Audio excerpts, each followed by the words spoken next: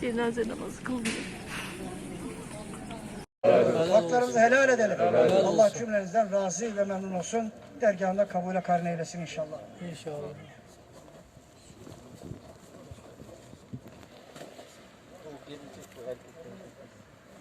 Erkekler çıkabilir. Biz de bir şey yapacağız. Aileyle birlikte bir telkür verelim inşallah. Böyle. Şeye götürelim mi? Tabutu.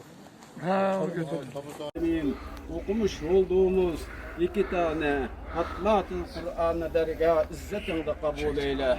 Bundan önce kıldığımız ibadet, kılacağımız ibadet, zikir, tesbih, hayra, hasenat ve bütün ibadetlerimizi öz dergâhında makbul eyle. Bu esnada yaptığımız hata ve kusurlarımızla af, günahlarımızla mağfiret eyle. İlahi ya Rabbil alemin.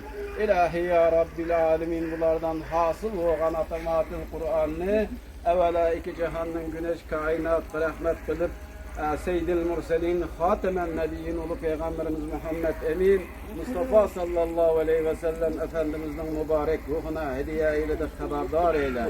İlahi ya Rabbil alemin, da Adem aleyhisselamın zamanından çıkıp şimdiye kadar bütün dünya yüzüne gelmiş geçmiş Peygamberimiz sahabe-i kiram, tabi'in tabi'in rahmetullah aleyh, İslam alimlerinin ruhuna hediye eyledik, haberdar eyle.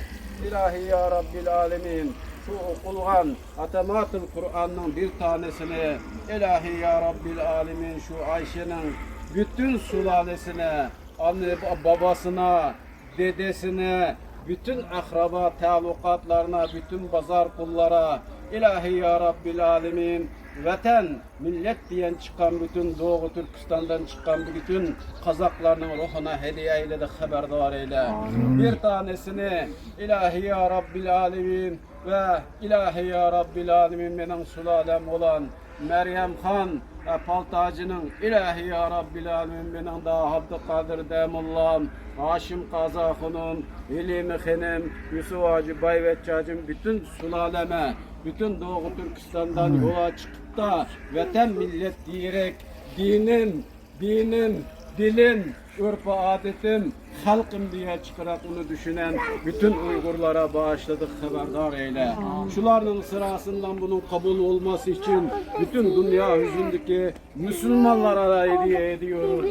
Şuradaki amin diyen cemaatinin, şu Cunagul ablanın, Gazi abiye, bütün akrabalarına, şuraya gelen kardeşlerimizden İlahi ya Rabbil alemin, şu ulu güllerinin hatırına, şu cennet gibi mekanın hatırına, bütün dünya İslam aliminin hatırına İlahi ya Rabbil alemin bağışladık, kabul eyle.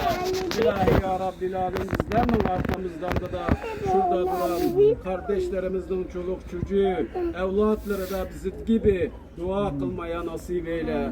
İlahi ya Rabbil alemin, acizane İlahi ya Rabbil alemin, şu Ayşe'nin İlahi ya Rabbil alemin, benim ben İlahi ya Rabbil alemin, bunun sevdiklerini hepsini bana sevdirir Rabbim. Şunun sevinecek amellerini yapıp da bu yaştan sonra İlahi ya Rabbil alemin sana hakiki kul, akrabalarına, kardeşlerine sadık olup da şu ularını mutlu edip de Ayşe'nin mutlu olacak amellerini yapmama nasip eyle.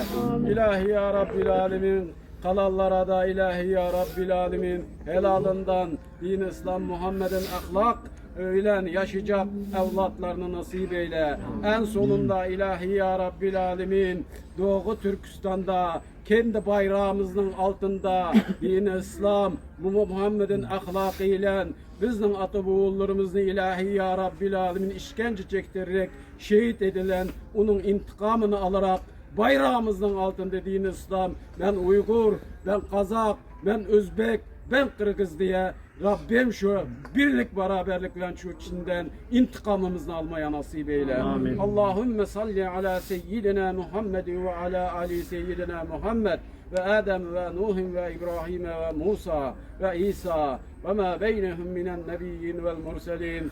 Salavatullahi ve selamuhu aleyhim ecma'in ve selamun alel murselin velhamdülillahi rabbil alemin. El Fatiha.